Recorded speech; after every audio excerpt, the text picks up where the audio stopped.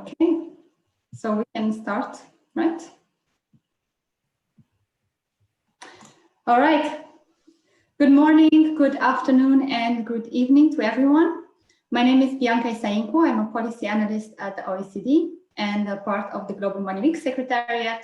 Today, I'll be the moderator of this webinar. First of all, I hope that all of you and your loved ones are in good health in spite of the current circumstances and the COVID-19 pandemic, which has affected all of us. Global Money Week 2021 may also be a little different from how it used to be organized in the past due to the challenges brought about by the COVID-19 pandemic.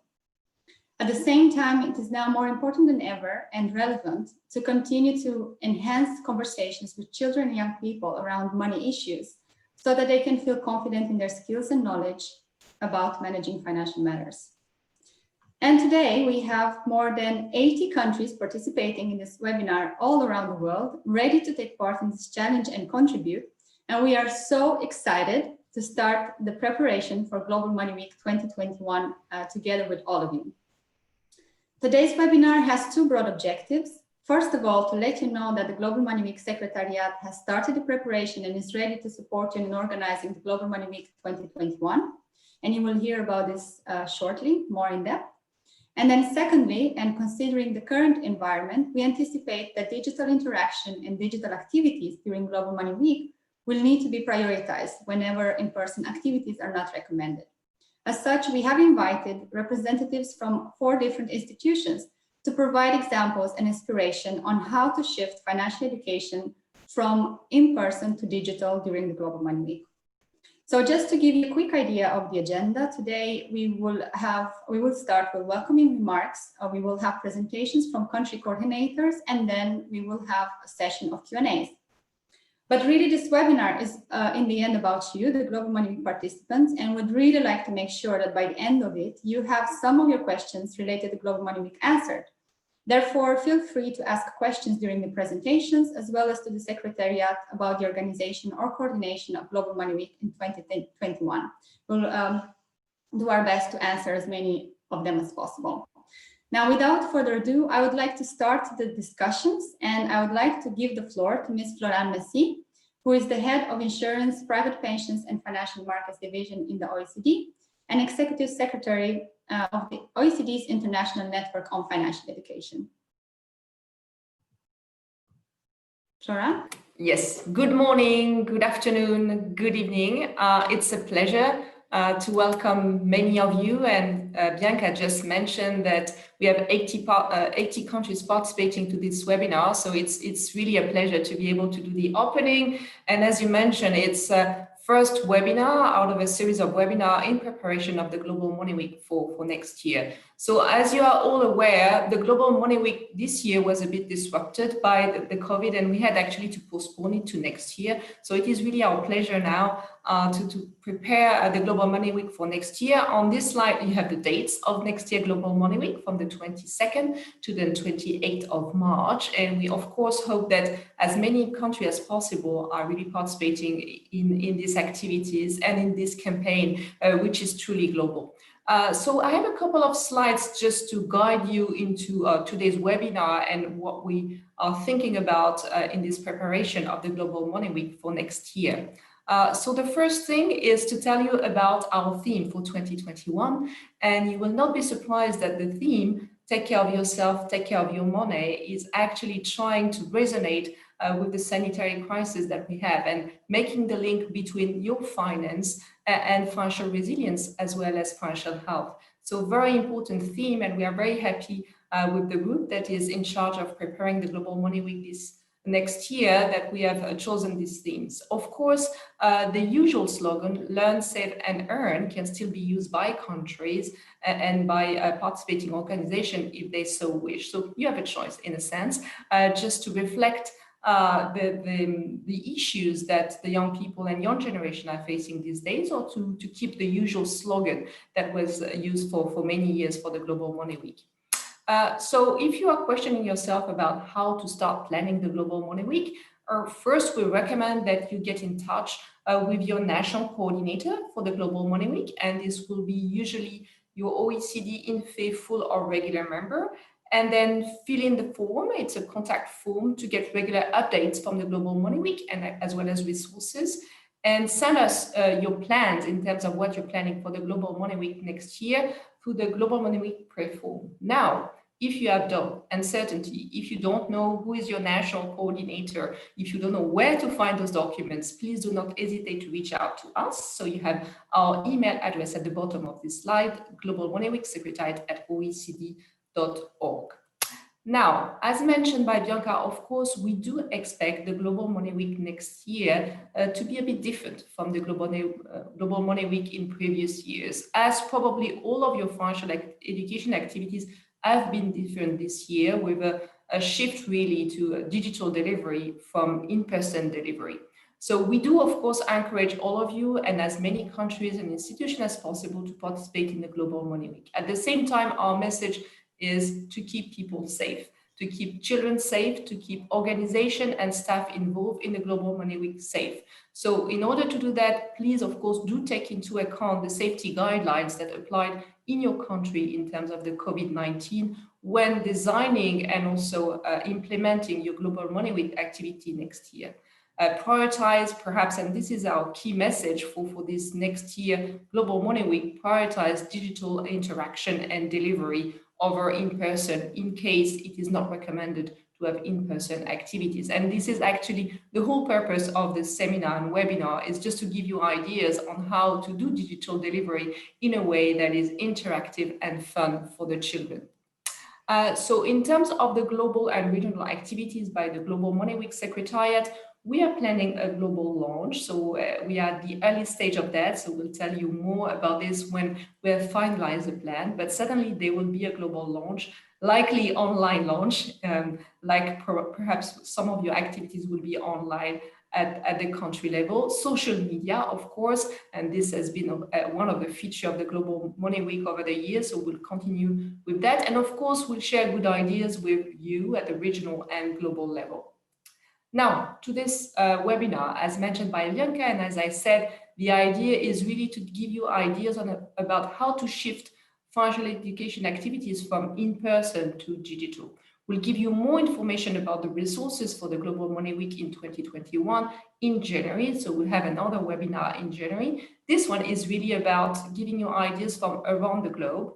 So first, we should have Jose Alexander Cavalcanti Vasco, who is actually head of financial education at the Securities Commission in Brazil. He is also actually chairing the INFE working group on the Global Money Week. So he will give you his ideas and insight. We'll then have Oscar de Greve, who is working at the MoneyWise platform in the Netherlands.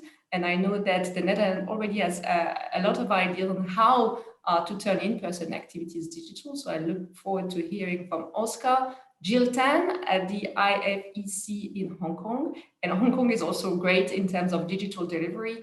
So a lot of insights to learn from Hong Kong. And last but not least, Martin Taborski from the Central Bank of Austria. Martin has actually also been co-chairing an INFE working group on digitalization and turning many of the activities in Australia into digital delivery. So we'll be learning a lot also from Oscar. And of course, as mentioned by Bianca, do not be shy. It's a webinar now. We all know how to use Zoom. We are here to answer your questions as Secretariat as well as speakers. So do not hesitate to raise your hand and to ask questions. We are here for that. Thank you very much. Over to you, Bianca. Thank you very much, Florian, for your presentation and for giving us a quick overview of what the Secretariat is planning. And I would like to now give the floor to Mr. Jose Alexander Cavalcanti Vasco, who is the Director of the Investor Protection Assistance Office and is representing the Securities and Exchange Commission of Brazil. He will share his experience and give some more welcoming remarks as well. Vasco? Thank you very much, everyone. I'm really happy to be here today in this first preparatory webinar for the Global Money Week 2021. Welcome to this webinar that will focus on how to shift financial education activities from in-person to digital. I think we must say that the COVID-19 forced us and education systems especially to change, and it accelerates innovation in schools especially. it has also impacted on financial education programs. First, by forcing many financial regulators and policymakers to shift their own financial education initiatives from in-person activities to digital ones. Secondly, I think I must say that it also changed the financial landscape by putting financial well-being at the center of well-being policies and practices. We all know that we have some tough years ahead of us. So the need for financial education has never been greater. And the Global Money Week offers a unique opportunity for a truly global cooperation across the globe to motivate children and young people to learn about money matters and also on entrepreneurship. So it's a unique opportunity. I just want to briefly mention that, echoing Floren's comments, that this campaign was it was decided to launch a working group to support the campaign. The working group was created by the advisory board, and members of the INF were invited to be part of it. So, and we have now a truly global working group gathering participants from across the globe, from the Americas, Brazil and Chile, Africa, Morocco and South Africa. In Europe, many countries like Austria, France, Italy, Hungary, Netherlands, Russian Federation and Ukraine. And in Asia, we have Hong Kong, India and Japan. And we are also lucky enough to have 5 members of the research committee of INFI that volunteered to join this group, and also 1 regular member that volunteered to be an observer. And the working group met twice already, in November, in December. It discussed terms of reference and its Global Money Week work plan that is now being submitted to the advisory board. Oh, and the group also decided in discussion with the Secretariat to organize this preparatory webinar on how to shift financial education from in-person activities to digital ones. This shift was a considerable change that many of us faced in 2020. I just want to briefly comment on how this was implemented here at CVM.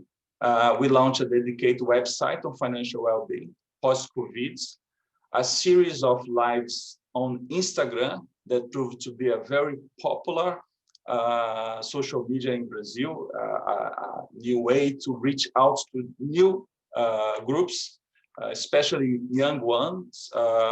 And with partnership with a financial planning association, we launched an app that offered an opportunity for young people to be financial planners digitally, and also a fake phishing website that were offering investments in crypto assets. So by doing this, we offer an opportunity for potential victims to learn about these schemes, illegal schemes.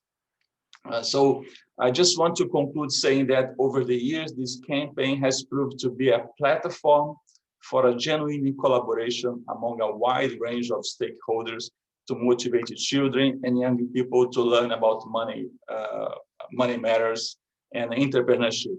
In these difficult times that we face now and are going to face, Global Money Week should be in the forefront of the battle against financial literacy. So I welcome to everyone onto this webinar, and I'm really thankful to OECD for taking over this campaign and the leadership on these global efforts to promote financial well-being. Thank you very much. Thank you very much, Vasco, for sharing with us your experience from Brazil, and also for your welcoming remarks. We much appreciate that. And I would like now to turn to our next speakers of today, representing the Netherlands, Austria, and Hong Kong, China. They have been so kind to accept our invitation and share with us their experience in organizing Global Money Week in their countries.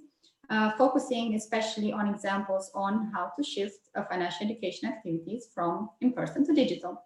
Let me also please remind everyone that you can ask your questions throughout the presentations. You can use the Q&A function at the bottom of the page. You may address your questions either to our speakers, and you can address your questions to the Secretariat as well about the organizational coordination of Global Money Week in 2021. Following the 3 presentations, we will also have a dedicated Q&A session. So now, without further ado, I would like to give the floor to Oscar de Vrij from the Netherlands, who is currently coordinating the Dutch Money Week. Thank you very much. I will share my screen now.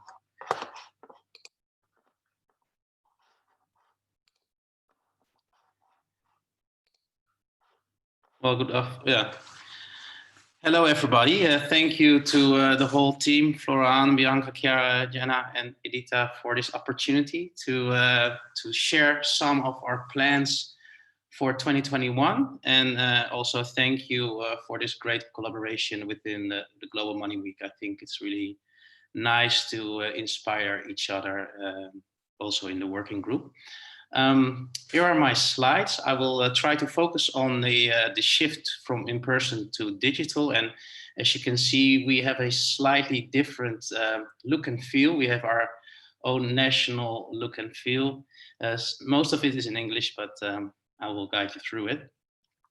So we have our honorary chair, our queen, and she's really a supporter of financial education. I'm really happy that she is well, such a great ambassador for us. This keep it really short. We are active since 2008, and we really try to focus on the financial fitness of Dutch citizens. And the Money Week is focusing on the youth and on the financial education. These are our main partners, but we have a group of around 300 partners now.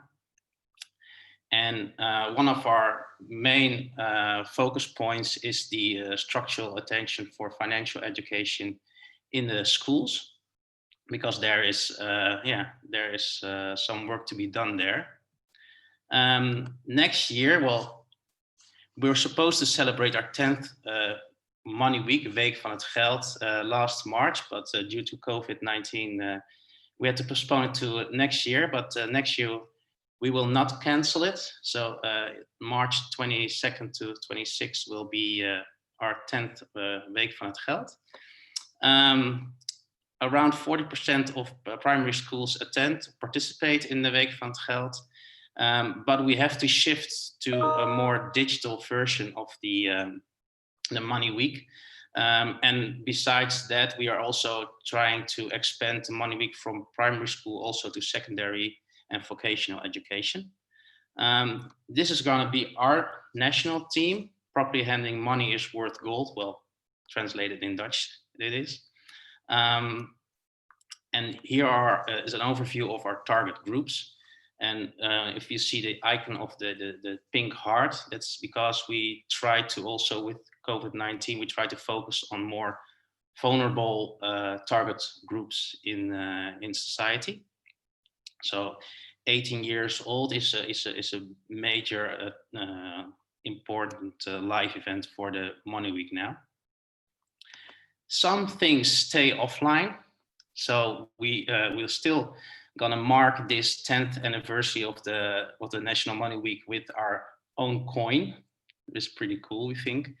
And there's also gonna be a Dagobert Duck, a Donald Duck, totally on the Dutch Money Week and all stories. So we're really proud of that. It's gonna be, we have 1 million copies of that. All kids in the Netherlands will get the opportunity to get that through their school. But we're gonna embrace the shift from in-person to digital as much as we can, although there are some challenges. Challenge is the interaction. It's also harder to attract the attention from your audience because there's so much going on online.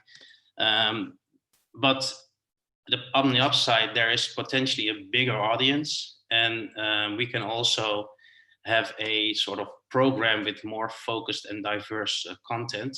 And we have tried to make a concept for that, and that's what we call Studio Dutch Money Week, or Studio Week van het Geld in Dutch.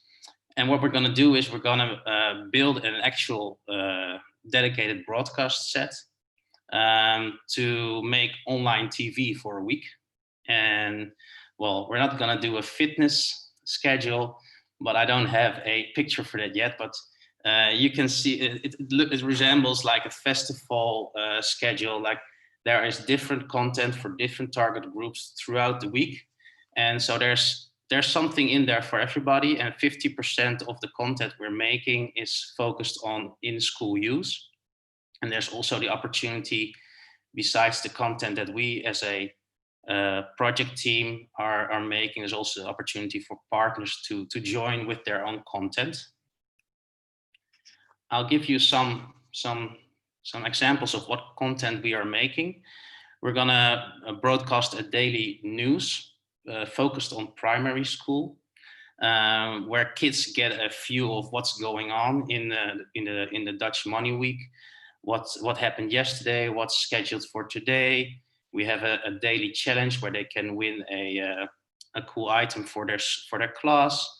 We're gonna make a exciting mini series, and in 5 episodes, which is gonna hopefully make them watch the daily news every day. And we also invite partners to join the like a real news broadcast to discuss like money problems, etc. For the 18 years old and their money, we're gonna do daily Instagram live talks between youngsters and experts, and we're targeting secondary and vocational education with this. And we are really trying to sort of promote the online discussion between youngsters about these different topics that we're gonna have. For the schools, for the schools in secondary and vocational education, we are pretty new to them. So we are having an online tasting, like you can have in a restaurant where you can try different things. Here we're gonna offer them short and free snippets of financial education, just to try in the class and see how their students react, and also really to promote using the full teaching materials more often throughout the year. For professional audiences, we're gonna do different webinars and podcasts, and here are some ideas what we're gonna do. And for example, we're gonna do a online information evening for parents who have kids of 18 years old, to discuss these the things that the youth is dealing with. But also, I would like to explore the possibility to do maybe something with the Global Money Week. And I hope I'm in my time, Bianca, but thank you for your attention. If you want to reach out, here are my details, and thank you for this opportunity again. And well, I wish everybody healthy a new 2021 and a great Global Money Week. Thank you. Thank you very much, Oscar. That was a very exciting presentation. You have a lot of ideas, and I almost wish I was a school child in the Netherlands almost now, just for Global Money Week. So thanks a lot for your presentation. We will now be moving virtually to Hong Kong, China, and I would like to give the floor to Jill Tan from the Investor and Financial Education Council. Jill, you have the floor. Thank you, Bianca. Okay, so good morning, good afternoon, and good evening from Hong Kong. I wanted to thank the OECD INFI and also Vasco for organizing and taking charge of Global Money Week for next year. I think we had a lot of, we were very excited to launch it this year, but unfortunately with some of the disruptions and COVID-19, you know, we've had to put forward that plan. So let me just first start to share my slide with everyone and let me know if you see it. Okay, so for Hong Kong, you know, fortunately and unfortunately, we've had to start our digital transformation journey ahead of everyone. So some of you may know that— Sorry to interrupt you, we cannot see your slides. Oh, okay, let me see. let me share. Yes. Okay. Yeah. Yeah. All right. So for Hong Kong, we had to start our digital transformation journey very early because this time last year, we were facing a lot of social disruptions and protests. So we had already started transforming a lot of our in-person programs into online Zoom meetings and so forth. So I think that one of, come COVID-19 this year, we accelerated our digital transformation plan.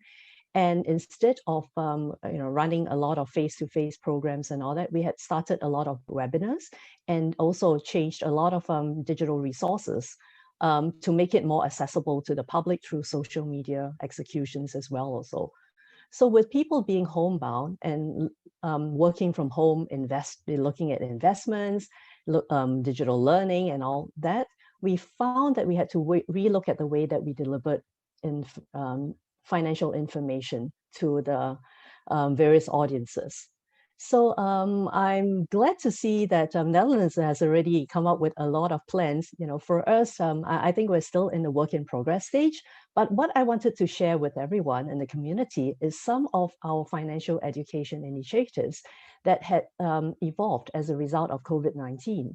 So earlier part of this year, we set out a dedicated COVID-19 portal with practical tips and resources for the general public, because we realized that when people spent a lot of time at home, then they started using a lot of online banking services, looking at their investing online, and also they were making a lot of online purchases and so far.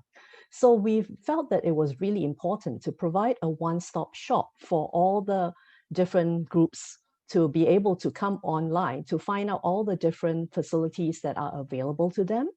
And we also wanted to provide tips to them on some of the areas to pay attention to, especially when they were doing e-commerce purchasing, right? Because it also gave rise to a lot of scams where people bought products that weren't delivered, or where they started receiving a lot of unsolicited emails through or through calls to ask them for their personal information. So there were a lot of scams going on and all that. So we wanted to make sure that they were able to access all this information to address some of their financial needs. So in addition, also we realized that people were facing a lot of financial difficulties. They started to have employment problems. They faced pay cuts. So we wanted to give them a lot of encouragement to say that, in times of adversity, they need to cut back on their spending. And hence we started introducing some of our digital tools as well, our financial calculators, money tracker apps, and so forth to help them. And on the lifestyle side, we found also that there were a lot of, especially the elderly people, they started spending a lot of money on supplements, health supplements to keep healthy and all that. So whether that was through proper channels or whether they were sold by their friends or scammers and all that, we wanted to make sure that they were also able to make very well-informed decisions as well.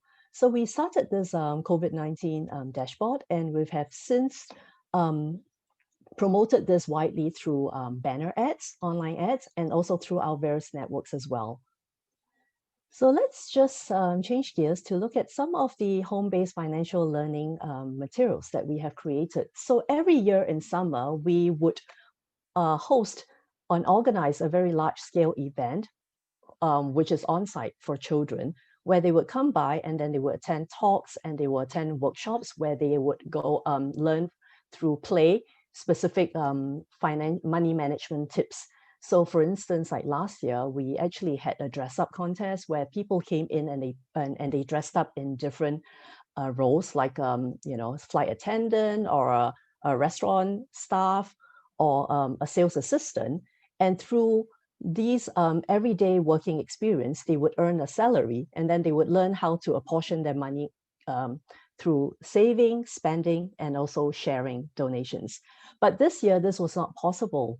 And we also realized that as a parent, the online homeschool gave a lot of parents a lot of a lot of pressure because they had to stay at home to help their children with learning. So we wanted to make sure that when we delivered digital learning activities, that it was actually very organic and it was very fun. So we actually came out with this money cake challenge for children, where we followed specific tasks that were based on the financial competency framework, which stipulated like kids of a certain age group should have specific skill sets. So for example, like younger kids were able to differentiate between needs and wants. And we came up with 5 home-based activities for them. So if you can imagine that, if you had primary school children at home, and they would be quite bored and they would be asking you for snacks the whole time, we felt that this was actually a really good opportunity for parents to actually use this as a learning for their kids to teach them about needs and wants. So we came out with this worksheet where the children will actually learn how to select the snacks and also ration themselves so that they do not go overboard. We had a toys and books stock take as well, because kids were very bored and they were playing with a lot of toys and when they wanted to buy more. So instead of, making it like an exercise, we wanted to make it very interesting, where they would actually start to keep tidy up their homes. And then by doing so, take stock of what they have. And by by actually coming up with a list of items that they could also donate. And I think that this is also a very good way to help them to reduce wastage and so on and so forth. Summer is a good time for traveling, but unfortunately, a lot of us are actually, homebound this year. So we wanted to take them on a virtual trip. So we created opportunities where they could actually take virtual tours.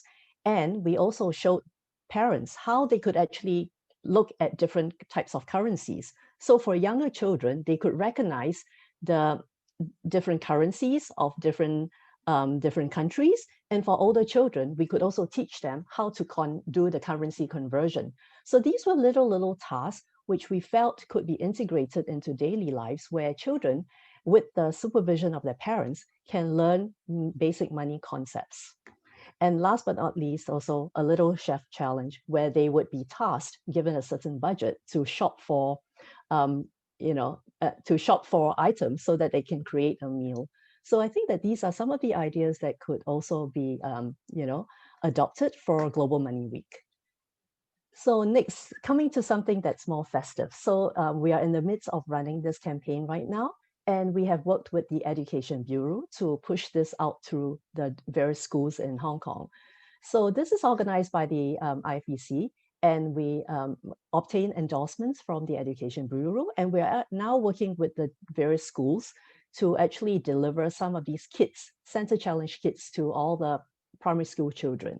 We wanted to foster financial learning by making children smart about money. So Christmas is a time where children tend to ask their parents for gifts, but we wanted to turn it around and instead turn the children into Santa Claus, where they would think to themselves how they would gift something to their loved ones, their parents, or even their pet or charity. So we gave them a task where they could come out with an activity worksheet, and they would set their goals. And by also committing to doing something like housework or taking part of their savings and putting it to using that to purchase a gift, they would also set money goals. And through this exercise, we think that it would be a very good way for the children to learn about money during this Christmas season. So some of the materials that we included for this involved a campaign video where we videotaped a couple of parents talking about this, and also popular principals, school principals, who actually endorsed that education for children should start as early as possible. So we've also looked at using social media, where we work with influencers to blog about what their children are doing. And we are disseminating this information through various channels, through the schools, and also through social media. So coming to Global Money Week. So coincidentally, this also falls in the month of March, where we are hosting our annual Money Month campaign. So for the 22nd to the 28th, we are dedicating to Global Money Week, where we'll be running specific programs for primary school children and also for the youth. So what we will be doing is to set up a dedicated Global Money Week portal as a central access point for all the various programs that we will be offering. And we would be promoting the Global Money Week website through our social media platforms and also working with the stakeholders. We would also be setting aside some budget to promote through online banners as well to drive more traffic to this website. And here are some tentative programs that we have planned. For the school children, we are thinking of holding a quiz to, and in line with this digital theme, you know, to focus on digital money management, because nowadays a lot of children hardly use cash. Well, in Hong Kong, we have a stored value card, which is the octopus card. And there are a lot of observations that, you know, by using stored value currency, children don't really realize the value of money. So a lot of times, you know, they follow their parents to the ATMs and then they press, you know, a few buttons and up pops the money. So what we wanted to do is really show the kids that, you know, where digital money comes from, and then teach them how to appreciate the value of money. So basically, we would be promoting this with some videos, interviewing children on where, you know, what they think about these digital currencies, and also coming up with some in-school programs to run.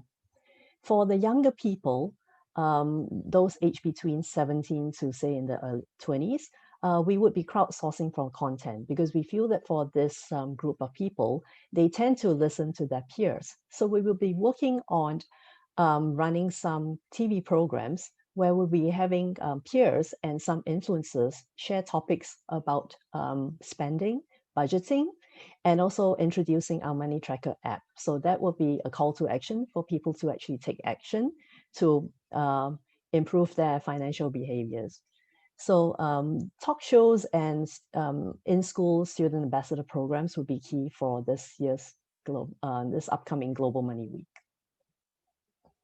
So I think with all this, we've also realized and learned from some of our digital programs as well. So with more and more organizations running Zoom classes and also holding learning programs online, it's very important that our educational programs are entertaining. So we've also made it a point to ensure that it is holistic, in the sense that, you know, we will come up with video programs, we will come up with social media, and we would actually interview parents and also some of these target groups to share with their peers more about the benefits of financial education. So with this, I pass the time back to Bianca. Thank you very much, Jill, for your presentation. That was very interesting. And I really liked your ideas of how to involve parents together with the children and activities. I think this can be something very interesting and inspiring for some of our participants for Global Money Week 2021. I would like now to give the floor to Martin Taborski from the Central Bank of Austria. So we are coming back to Europe, and we're really keen to look forward to hear your presentation, Martin.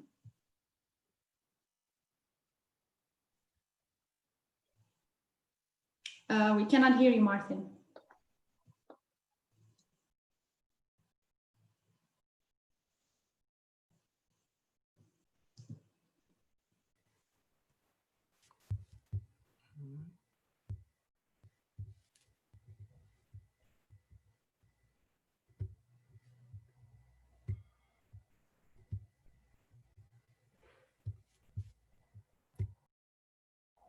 So can you hear me right now?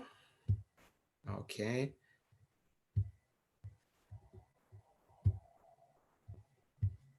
Can you also see my screen?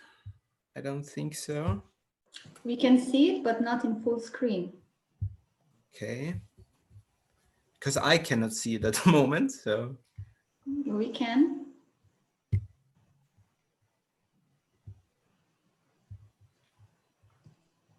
Martin, perhaps stop sharing and share again. Sometimes it works. Yes, I would like to try. You would like to try. So now I stopped it and I try to do it again.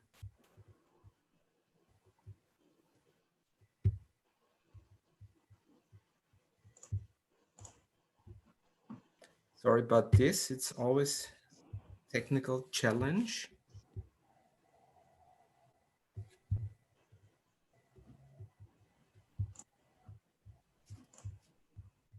So now it should work. Okay. Yes. Perfect. Okay, thank you very much. Sorry about the 2 minutes. It's always difficult to talk after two countries where there are already very experienced people with the Global Money Week.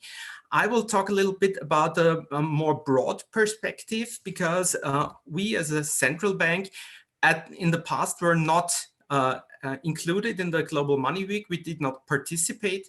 But that does not mean we are not experienced in financial literacy and financial education. We are for a long time INFE full member. We now decided to be the national coordinator for the Global Money Week in Austria.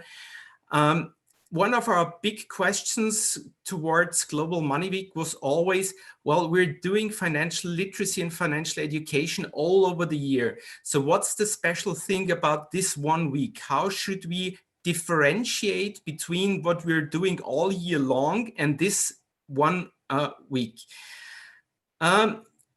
We are quite experienced in digital measures of transmitting financial literacy. We established a lot of programs, products, and so on, which were already dedicated to be delivered in digital.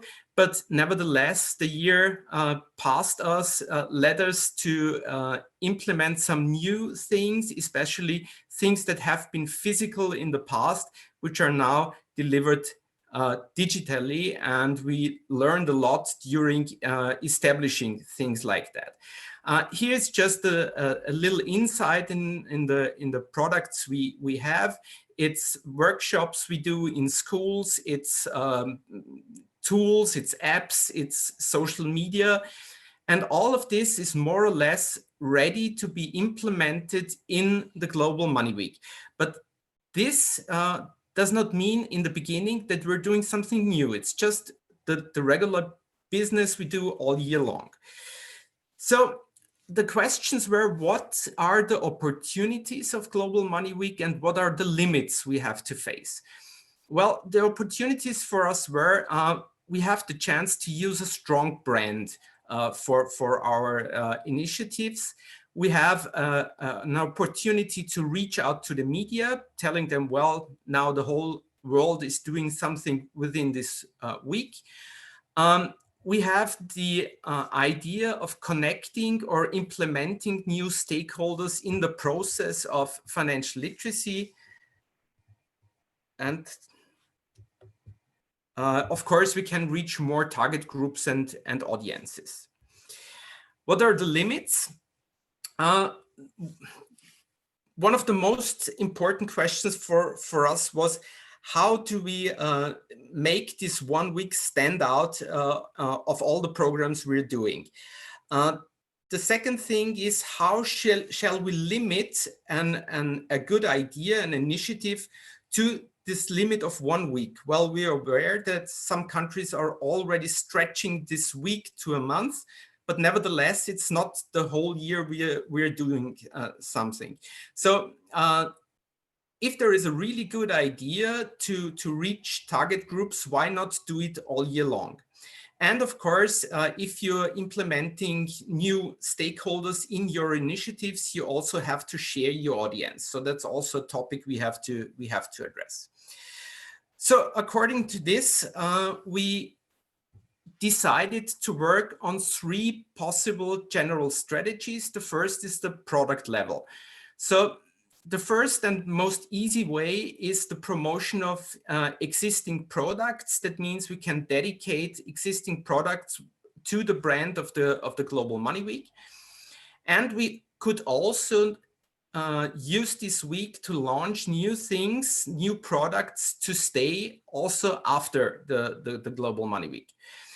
It could also be a possibility to address special activities. That means we do events, we do competitions, we do quizzes, however, to take place in the week of the Global Money Week. And not the least important point is the communication level. So the big thing we could do is a media campaign, but we could also do a lot of smaller things via social media, addressing new target groups with the topic of financial education. And we will try to engage new stakeholders to either come up with their own products for the Global Money Week, or to be implemented in new events, new things that we want to establish. So what are our thoughts? What should we do? It's the dedicating of the existing products within the week. It's motivating financial education providers to come up with their own Global Money Week initiatives. Of course, there are a few things to do until this, because we need a kind of special regulations or standards that have to be fulfilled from different providers. And we are thinking about creating new initiatives, either standalone products from the Austrian Central Bank, or other products with the possibility for interested participants, with interested people to involve in these products. So, well, that's it, what we plan to do. And that's all the reasons why we now decided to be part of the Global Money Week. And I'm really happy to be part of the team. Thank you very much, Martin, for your presentation. And let me thank all the speakers for their excellent presentations. Thank you, Oscar, Jill, and Martin, once again. As you've seen, each country has their own approach to Global Money Week. And well, I think they gave us a lot of ideas on how we can organize Global Money Week in our own jurisdictions and countries. So now we would like to open the floor for discussions and Q&As. I've seen there's a lot of questions coming in from the audience. Martin, we still see your screen, I think. Okay. So for the Q&A session, I will give the floor to Chiara. She will moderate this. So please don't be shy. Ask your questions, and we'll do our best to answer. All of us are here to support you. So Chiara is our colleague from the OECD. She's a senior policy analyst, and she's also working with the Global Money Week team, leading our work here. Thank you, Bianca, and welcome to everybody. I see that some questions are already coming through the Q&A function in Zoom, so feel free to send questions for the speakers, and if you have any questions for the Secretariat about the organization of the campaign in 2021, please also feel free to ask those. So I see that there are a few questions already for Jill about Hong Kong. So one of the questions is whether there are English copies of the activities that you mentioned for children. And another question is asking to know more about the financial competency framework for school children that you have in Hong Kong. So Jill, would you like to give more information on this? Thank you, Chiara, and thank you for the questions also. I was actually in the midst of answering it online. But if anyone wants to find out more about the children's work kit, please could you send me an email on jilltan@ifec.org.hk. We have it in local language, but I would be very happy to translate it for you. It's filled with visuals, so it's actually quite intuitive. You can take a look at the pictures and then adapt it, in your own local language as well. The other question relates to the financial competency framework. If you actually go onto the IFEC website and search financial competency framework, you can actually see a document on this.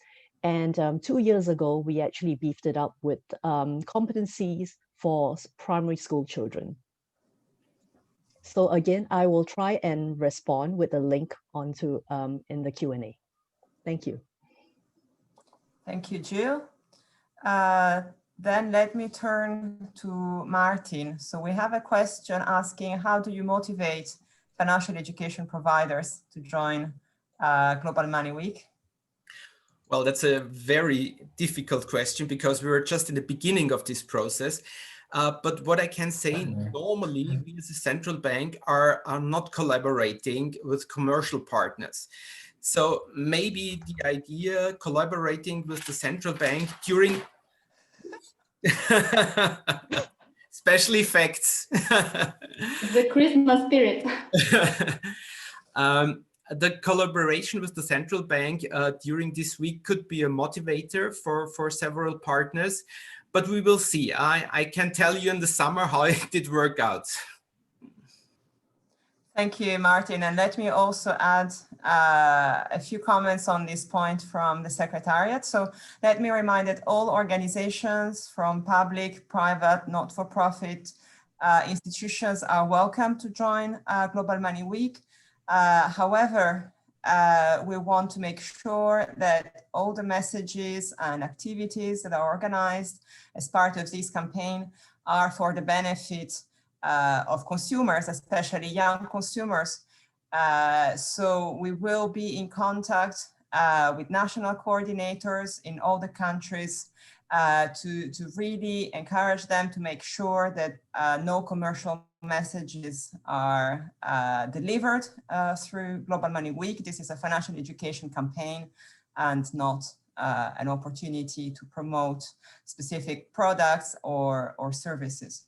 And if you have any doubts about this, we will, of course, be happy to continue the conversation separately. And we will address also this issue through the working group and national coordinators in January. I see questions are flowing. So a question that I think is relevant for all the three speakers, and it's a topic that is very dear to the OECD, and it is thinking about the outcomes. How do you plan to evaluate and measure the campaign? So again, I will give the floor to the speakers, and I would also like to add a few comments from our side. So perhaps who would like to go first? Raise your hands. Oscar. Thank you. Well, we think we every year we do an evaluation after the Money Week is over, and we think that moving to online or digital activities, there is even more opportunity to on forehand target the right audiences, but also to just measure who used it, who participated in it, etc. So I think we're going to do a lot of measuring and seeing what we can learn. And, some of the things that we are trying are just pilots, just to see how things are, how people react on it, and move from that towards 2022. Thank you, Oscar. Martin? To be a little bit more general, I think the first step is just to see the numbers. How many children did we reach? How much time did we have in the school classes, and so on. But what we really all want to know is, did we change anything? Is there something, is there an impact we could do? And I think we're just in the beginning of all these. And I think it's especially this year very difficult to measure this. And also the Global Money Week is a very diverse thing. It's not a one message thing where we say, well, they didn't know it and now they know it, or they changed their attitudes, or that they changed their behavior because of this. So we have to try several things, and I'm here totally with Oscar, that we should try as many pilots as possible to see how the measurement can really be implemented directly in the initiatives. It should not be something that's set up afterwards, that we first do something and then we think about how to evaluate it, but it should be a thought already in the beginning from scratch. Thank you, Martin. Jill, would you like to add anything? Yeah, so I tend to agree with Martin and Oscar as well. So I think with the benefit of digital programs, we can actually track the number of hits on our website. We can also track the number of times that people download our tools. So part of this Global Money Week, we are actually promoting our Money Tracker app. So we would be closely tracking this. And we are also fortunate that we have a group of Kids Club members which attend our physical events. And now they start receiving our newsletters. So what we hope to do is after this, get in touch with them with a very brief survey form to inquire, to see if they've actually been aware of Global Money Week, whether they've participated in any of the activities, and also what they thought about that. So that would help us to keep improving. Thank you. Oscar, please. Sorry, I would like to also to add that I think because I totally agree with Martin and Jill, and the way we look at it in the Netherlands is that we have two programs. So we have this 1 week in a year, and we have throughout the year our educational program. And for the Money Week, our targets are not to change behavior. Our target is to get more teachers use financial materials in their classes. So that's our main objective, trying to get financial education in the schools and try to get the media and everybody, society, sort of look at this as to the importance of it. And our throughout the year, our education program is more focused on, okay, these different materials, what's the effect on that? But we don't believe that 1 week will change the world, or at least not the Netherlands. Thank you, Oscar. And thank you everyone for mentioning various issues that I'm sure will be very, very relevant to everyone. So let me summarize what Martin said, the importance of planning any type of evaluation or monitoring before the event and as part of the overall organization of your activities. And from our side, from the Secretariat side, as was done in previous editions of Global Money Week, we will be contacting all participating coordinators and institutions with the so-called post-event form, where we will be collecting information on the type of activities that you have been doing, the reach, and all sorts of monitoring indicators. And this will feed into a report that will be published after Global Money Week. However, the issue, this is really just a way of monitoring how the campaign is going. And as many of our speakers have said, it's really hard to measure impact from this diverse set of activities, and also to assume that a 1 week campaign could have an impact on behavior. But this is a topic that we consider very important, that will be discussed through the Global Money Week working group that we have set up within the INFE to see how we can strengthen the evaluation of the campaign and hopefully provide ideas for all the participants on how to do this in your countries.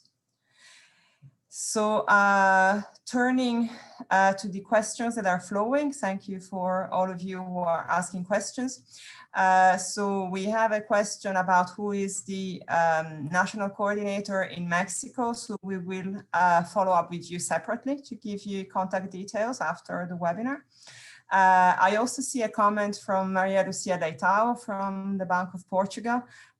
Thank you for raising this issue. So Maria Lucia is suggesting to organize international virtual meetings or ways of putting children in contact across different countries.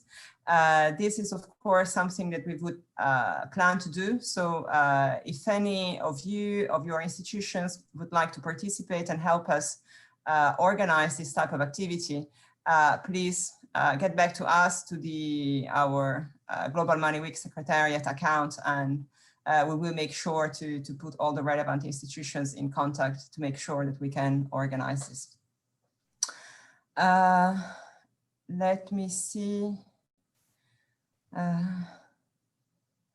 So I see a question related to the theme of 2021, which is take care of yourself, take care of your money. Have you thought about the link between mental health in young people and financial well-being? Yes, of course, the theme was developed within the working group. Actually, I want to congratulate colleagues at the Central Bank of Austria for suggesting this theme, which received a lot of enthusiasm from the group and was promoted as the theme for next year.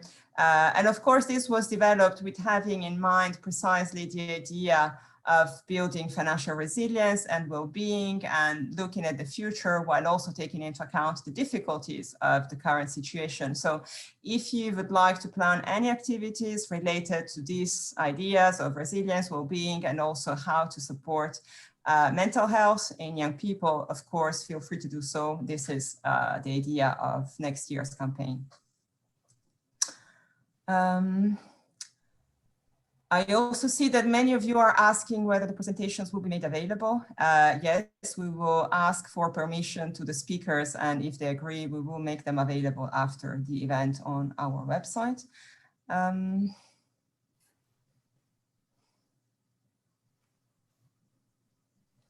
I see a question from Ecuador, who is going to participate for the first time, and they're asking whether there is material that could be shared or guidelines about the activities. Yes, we are preparing and updating resources for next year. If you want, you can already have a look at the resources that are available on the website. They are from previous editions. They will already give you an idea and some suggestions, but in January we will be uploading updated resources, toolkits, branding guidelines, and different types of materials that can support you in the practical organization and implementation of activities in your countries.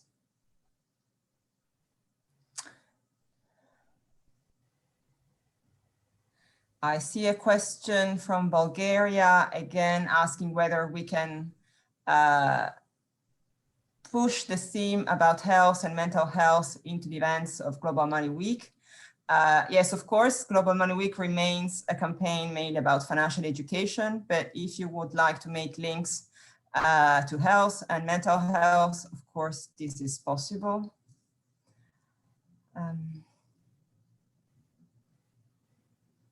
I see another question asking for tips about quiz and competition for Global Money Week. So I think many of our speakers today are already planning something around this. So if any of you would like to volunteer to ask this answer, giving tips about quiz and competition, please raise your hand. No? Well, I can say something. Martin, please. Sorry, yes. I can say something about it. Not really as an experience, because we are also the first time within the Global Money Week, but how we try to address this topic. We try not to invent everything new. We try to use something we already have. We will now have discussions with our IT departments how to do that. And we will also try to use our contacts we already had before. So if there is something new, try to implement as many things that already worked in the past. And give it a new topic, a new whatever. I think that the big problem right now is the time. We don't have much time to implement new things. And it's also the question, everything has to be digital. So all physical is not practicable this year. And so we have to use everything that was working before, especially for the new ones. Thank you, Martin. Oscar, would you like to add something? Yes, I'm not sure if it works. Well, it works great in the Netherlands. That we see a lot of our partners use Kahoot as a platform to do online quizzing, and it's really fun because if we're going online, whether the kids are homeschooling or in school, you you can have these competitions between schools instead of only within the class if you would do it offline. So maybe you should look into those kind of platforms. That's my suggestion. Yes, thanks, Oscar. I was going to say the same thing. Thanks for mentioning Kahoot. I have another, it's not a question, but it's more of a comment in the chat mentioning the importance of coordinating activities at the national level. Of course, I would like to reiterate and echo this message. It's really important to take the opportunity of this campaign to get together all the stakeholders active in financial education in your country and to coordinate activities to make sure that you're not duplicating the same type of activities and events, that you are using consistent messages across the countries, that you are not wasting resources on duplications, that you are addressing all the relevant target audiences in your country to make sure that it's not just one target group that's being addressed by all stakeholders, but all those that would need to be addressed are being taken care of, and so on. And ultimately, if you don't have a national strategy in your country, this is again a good opportunity to think about it and begin developing one, and the OECD would be very happy to support you in that process. If you want to contact us, we can discuss about this separately. Let me see the questions.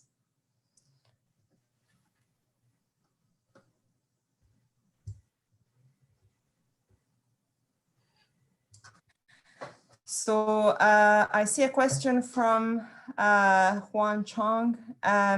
I was wondering if there would be ex-ante, ex-post reports on the activities performed by countries during Global Money Week, and if so, when this would be available. Yes, to all these questions. So we have already contacted all the participants from previous editions and members of the OECD network to share the pre-event form so that you can inform us of the activities that you are planning. And we ask all those of you who have already received this message and the pre-form to please send it back to us by the 12th of March 2021, so that we can be sure to know what's going on in your countries and to help you disseminate and promote your activities on social media. If you have not received any message from us with the pre-form and you would like to organize Global Money Week in your country, send us an email so that we can send you the form and put you in the list of contacts so that you can remain updated on our activities. And of course, as was done in the past, we will also share post forms, as I said, to have an idea of the type of activities that you've done, how many children and young people you have been able to reach, and this will all feed into a report that we expect to publish, I would say, end of May, beginning of June.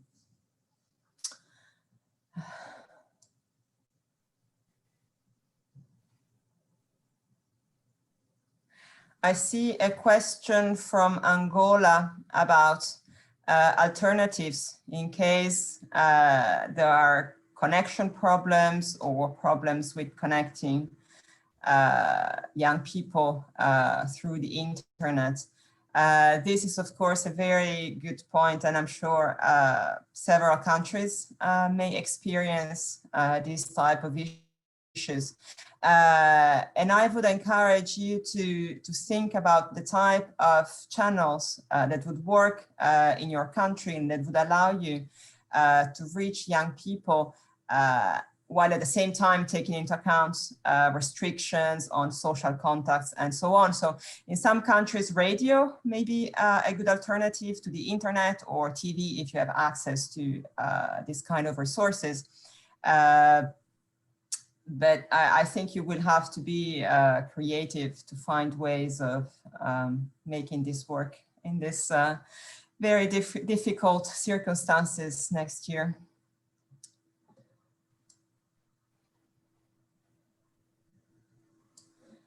I see a question that is also very interesting.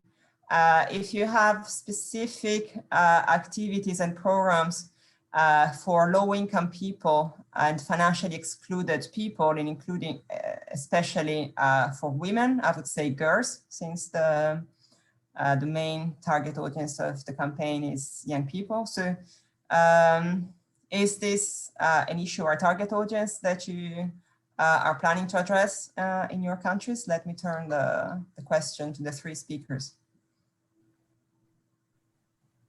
Oscar, I see you're nodding, please. I'm sorry. As I mentioned, we try to give more attention to vulnerable parts of society, and we do it in different ways. With regard to youngsters, we are trying to, and it's pretty hard now with the new lockdown in the Netherlands, but we want to have we call it True Talks. We're gonna go there where the youngsters are, and we want to have these discussions with them to not come up with ideas up front behind our desk, but to really listen to them. How can we help them best? So we don't have the answer for that yet. And what we're also doing is we see that there is a connection between financial literacy and your educational level, but also the context in which you are growing up, also with regard to early life stress. So we are reaching out to, we call it consultatiebureaus. So when you are expecting a baby, you will go there and discuss, how the physical health of the kid is and how you're feeding yourself. But we want to expand that and also talk with these parents about the financial impact of raising a kid. And we really want to try to see how we can help parents, mothers who are alone or really young parents, how we can help them best, and also showing them what kind of opportunities or institutions there are to help them. So it's not so much that we are doing a sort of a TV campaign or something, but it's more that we really try to start up the conversation with these people, because it's all different situations. Yeah. If I can also add, for sharing these insights. Jill? Yes, I was just going to add that in Hong Kong, we actually work with a lot of nonprofits because they are in direct contact with these vulnerable groups. So for instance, like we work with those who actually serve the unmarried mothers, and also the foreign domestic helpers, and also these mentally, challenged people as well. So what we do is we provide a lot of the teaching content, educational materials that we pass along to them to assist them in that way. Thank you, Jill. And I would like to relay a couple of messages that are coming through the chat from Zambia and Seychelles, because they have actually managed to do some activities in 2020 despite the circumstances. And so in Zambia, the colleagues are mentioning that actually they saw an increase in the involvement of various stakeholders in the countries because activities were carried out virtually. So of course, having virtual activities, it's an opportunity for engaging more participants and also more stakeholders. But as many of the speakers today have mentioned, there is also the challenge of how to ensure that these activities are interactive and engaging for students and participants. And the comment from Seychelles on a similar note is to inform us that they've tried to do tours to visit the premises of partners, various types of partners. And what they have found as a good solution was to limit the size of groups. So a way to maintain some physical activities, but limit social interactions. I also see a question in the chat about the financial resources dedicated to Global Money Week activities and I would say financial education activities in general. So I don't know if this is a sensitive question and if any of the speakers would like to add any comments on this, but if not, do not feel obliged. Yeah, I think here in the Netherlands, we just found a great group of partners who can help. And we have, it's like an onion. So we have our core partners who also help us financially with the ambition we have. But besides that first layer, we also have various layers of partners who are helping, not with financial funds, but with just hands doing stuff, proposing activities. Sometimes you don't need money to, we don't need money for just having money. We need money to get things done. And if people just say, hey, I can do that, then perfect. So yeah, I think, yeah, make sure that you have a regional or a national group of partners that have a clear objective and make it a partnership for a few years. Yeah. Martin, please. Well, as it is our first time, we don't plan to spend so much money on it. We try to invest hands and brain at the moment, and then we will make one step after the other. I think it's not useful to aim at a country like the Netherlands because they're stepping on a very good foundation of many years, and so make one step after the other, and after that then there will be the need for more money, especially if you have products like the Donald Duck I saw from Netherlands that I also know very good from Austria, but if you have to produce 1 million copies of this, that costs money. That's no question.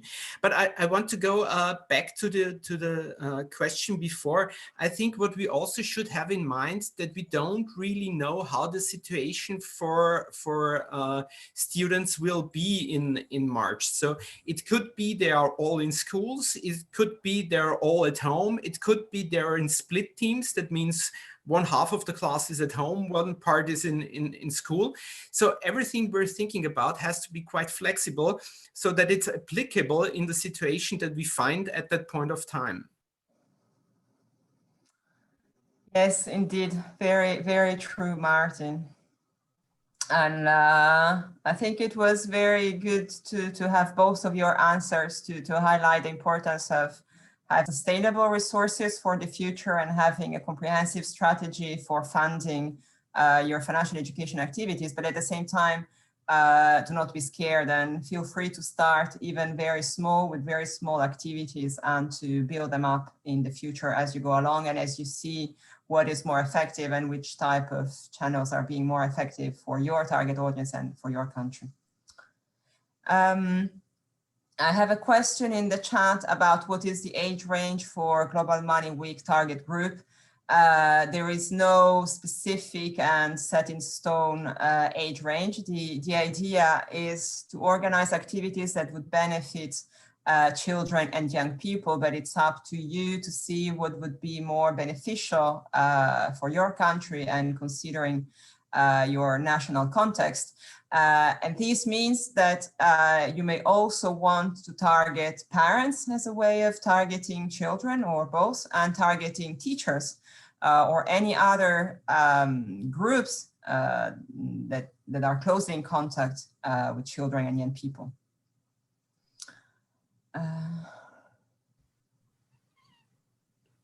So another question that I see, can we also link the aspect of sustainability and sustainable development goals in the activities?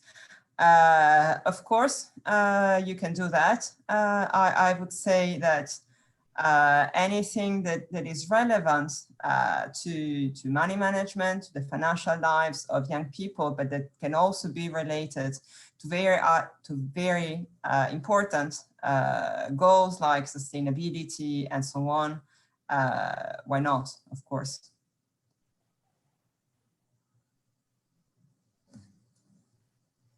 Okay.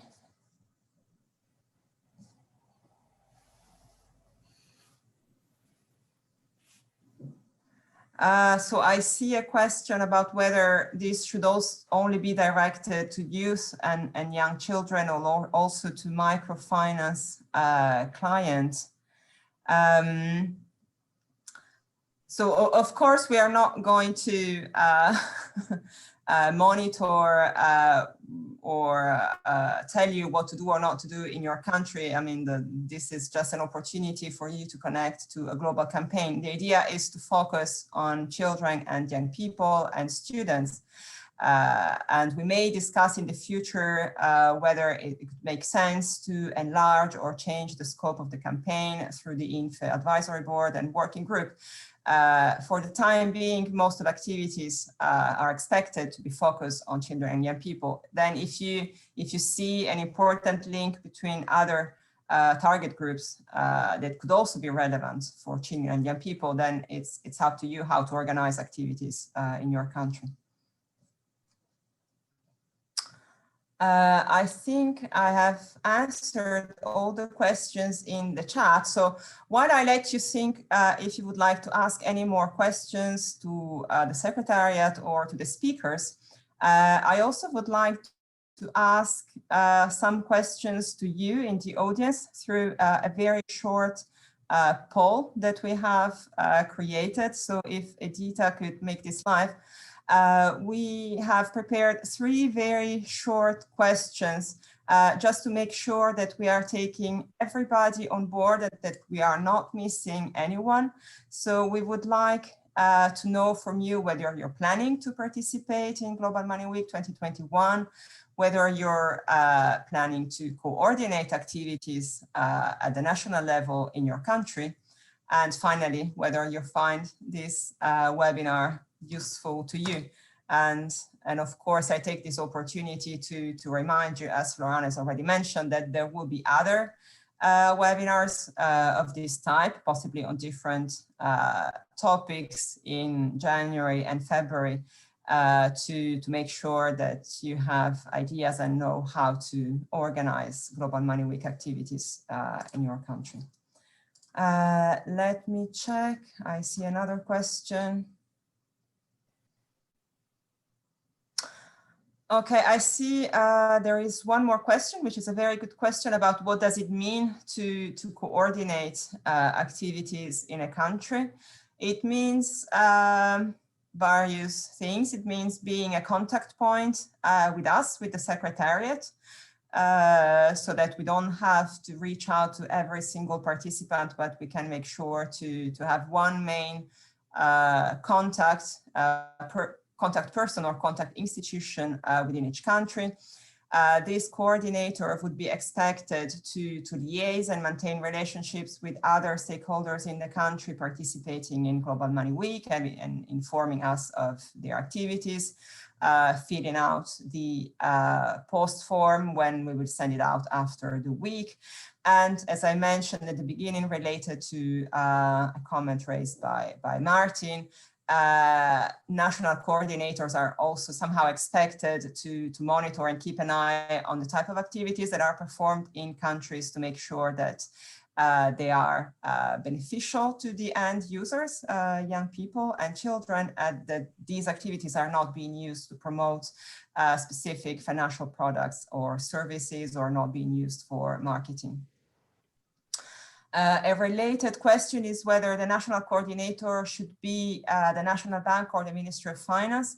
Not necessarily. So we have a preference for the coordinator, of course, to be a public authority or a government authority.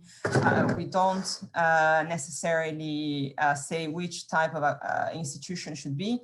But if you would like to organize activities and there are no public institutions in your country organizing Global Money Week activities or participating in a campaign, then it's okay to be a national coordinator, even if you're not a public authority. But if you have more specific questions on this, please send us a message and we can discuss this bilaterally.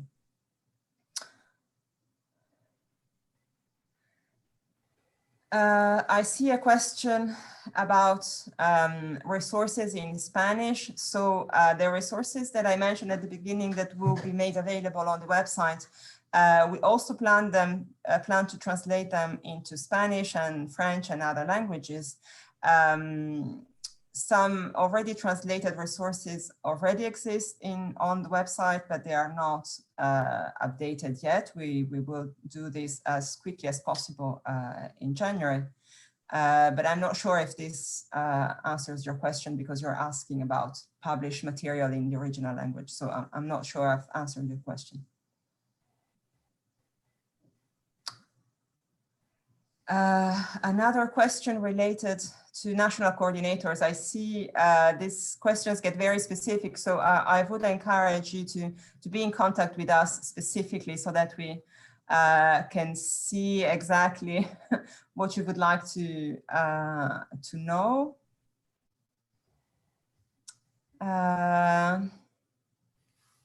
And I don't see any other questions. So if you have any other pressing needs, feel free to talk now. Otherwise, I think we can close this webinar. I will give the floor to Florent for concluding remarks. And let me thank all of you, the speakers and all the participants for joining this discussion. Florent, the floor is yours. Thank you very much, Chiara, and thank you very much to our speakers and Vasco for opening, and all of you for being so active and asking your questions. It is a pleasure for the OECD to be coordinating the Global Money Week, and we do hope that many countries and institutions will participate in next year's edition. So with that, I think we'll close the webinar, but I would like to, of course, wish you a very happy end of the year, a new year, hoping that 2020 is bringing you peace, health, prosperity, I would say especially health these days, and that you can have a good rest out of this break. And we'll see each other in January. As Chiara just mentioned, it is not the end of the story, pretty much the beginning. So we do hope to see as many of you as possible in January, February, and especially in March. So see you soon, and be good. Bye.